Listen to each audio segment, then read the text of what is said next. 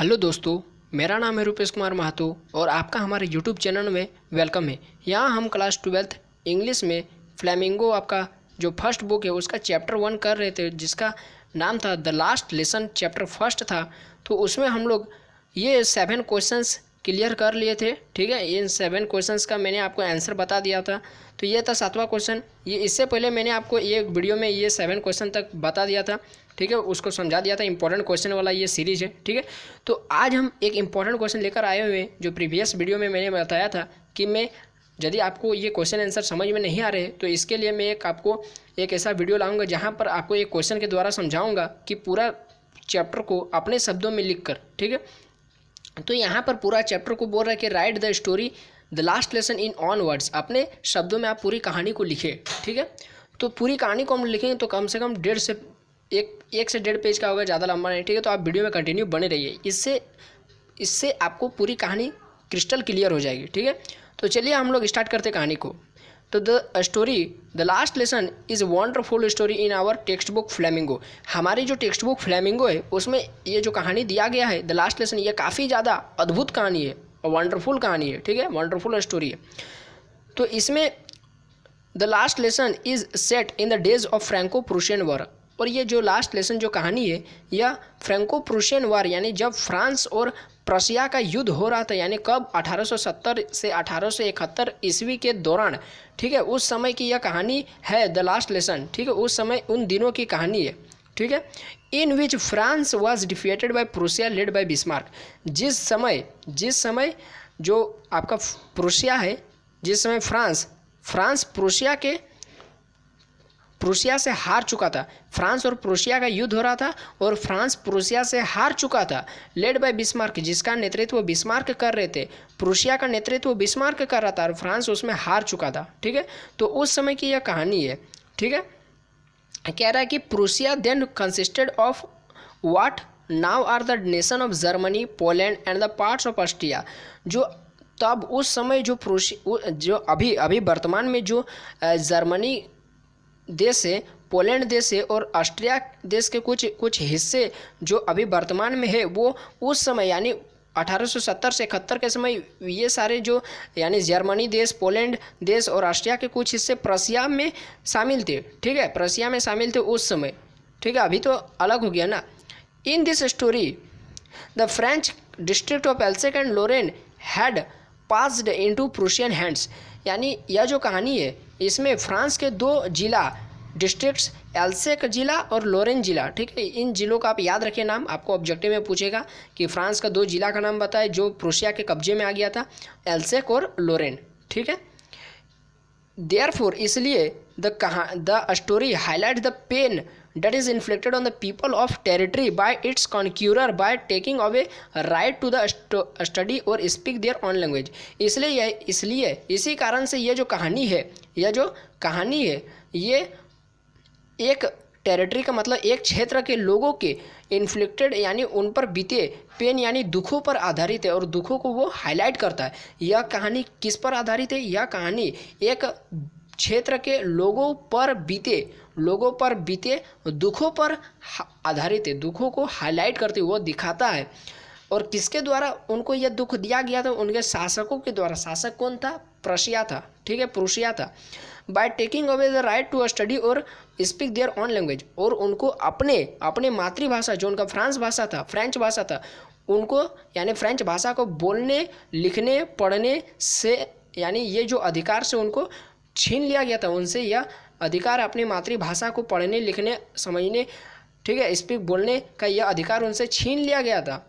ठीक है, M Hamel was very serious in teaching. अब एम हेमल की बात कर रहा है। एम हेमल कौन है?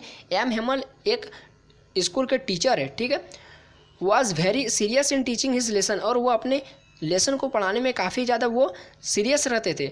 Very attentive in learning their lesson. और अपने लेसन को पढ़ाने में वो काफ़ी ज़्यादा सावधान रहते थे, सचेत रहते थे। ठीक है, a new love had down in them for learning their language. और उनके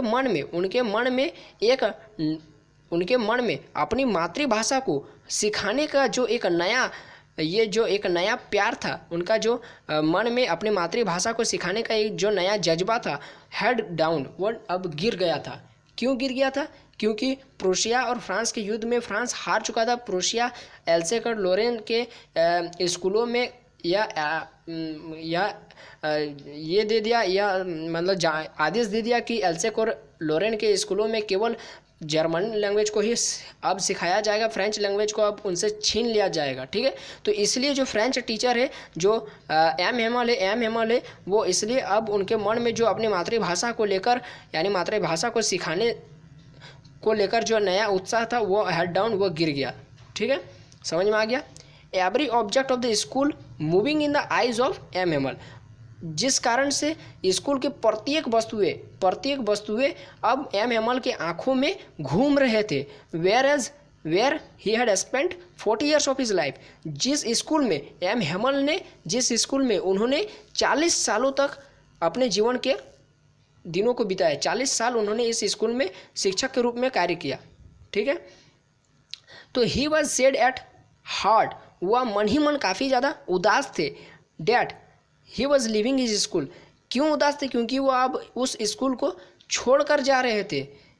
ठीक है, छोड़कर जा रहे थे क्योंकि प्रूशिया का आदेश था कि एल्सेक और लोरेन में केवल जर्मन लैंग्वेज को पढ़ाया जाएगा। इसलिए अब जो फ्रेंच भाषा के जो टीचर है, जो एम हेमल है, उनको स्कूल छोड़कर जाना पड़ेगा। तो एम हेमल स्कूल छोड़कर जा रहे थे। ठीक है, इसलिए वो काफ़ी ज़्यादा मन ही मन उदास थे। He was hearing his sister moving about. He was hearing his sister moving about in the room above, packing their trunks when the church clock struck 12. यानी इसमें क्या रहा है कि उसकी वह सुन रहे थे। कौन सुन रहा था? एम हेमल। वह अपनी बहन को उसके यानी पैकिंग अबव यानी ऊपर, वह अपनी बहन को ऊपर कमरे में उसके कपड़ों को पैक करते हुए सुन रहा था। ठीक है, कौन सुन रहा था? एम हेमल सुन रहा था कि उसकी बहन ऊपर कमरे में उनके कपड़ों को पैक कर रही है। ठीक है, कब पैक कर रही है? और जब चर्च का घड़ी में 12 बजा, जब चर्च की घड़ी में 12 बजा, तब M Hamel stood up very pale in his chair. M Hamel काफ़ी कमज़ोर, वेरी पेल मतलब बहुत ज़्यादा कमज़ोर हो गए। In and stood up in his chair, और अपने चेयर में खड़ा हो गए। ठीक है, इसमें बता रहा है कि एम हेमल अपने काफ़ी कमज़ोर हो गए थे और अपने चेयर में खड़ा हो गए। ठीक है, खड़ा हो गया अपने चेयर में। Then he dismissed the school, और वे स्कूल को समाप्त कर दिए। ठीक है, स्कूल को डिसमिस यानी बर्खास्त कर दिए, समाप्त कर दिए।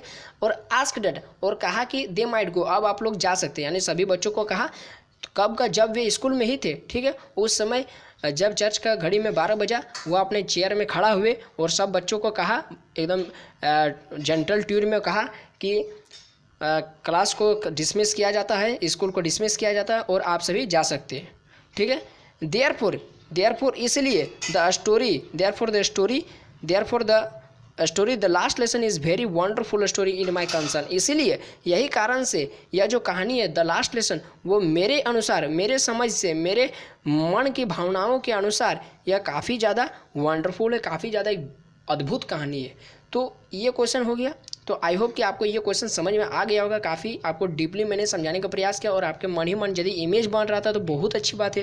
ठीक है, और इसके बाद मैं नेक्स्ट वीडियो में आपको ये क्वेश्चन लेकर आऊँगा जिसमें मैं आपको समझाऊंगा कि write down the character sketch of little French. आपको जो फ्रेंच कौन है, और फ्रेंच यानी जो एक स्टूडेंट है। ठीक है, उस स्कूल का, जिस स्कूल में एम हेमल पढ़ाते तो इस स्कूल का एक स्टूडेंट है फ्रेंच। ठीक है, फ्रेंच स्टूडेंट है और फ्रेंच के बारे में आपको कैरेक्टर स्केच लिखना है। ठीक है, तो ये नेक्स्ट वीडियो में लेकर आऊँगा। तो इस वीडियो को जानने के लिए आप हमारे चैनल को सब्सक्राइब कर लीजिए, और हमारे चैनल को सब्सक्राइब करने के बाद इस वीडियो को ज़्यादा से ज़्यादा शेयर कीजिए अपने दोस्तों में, और यदि वीडियो अच्छा लगा तो लाइक कीजिएगा और अपने दोस्तों में भी शेयर कीजिए। और इसका जो PDF है ना, वो मैं आपको टेलीग्राम ग्रुप में इसका डाल दूंगा PDF। ठीक है, आप वहाँ से डाउनलोड कर लीजिए। तो टेलीग्राम ग्रुप का लिंक आपको डिस्क्रिप्शन बॉक्स में मिल जाएगा। आप वहाँ से टेलीग्राम में जुड़ जाइएगा और आपको इसका PDF का लिंक मिल जाएगा, आप वहाँ से लिख लीजिएगा। ठीक है, तो बस अभी के लिए इतना ही। जय हिंद, वंदे मातरम।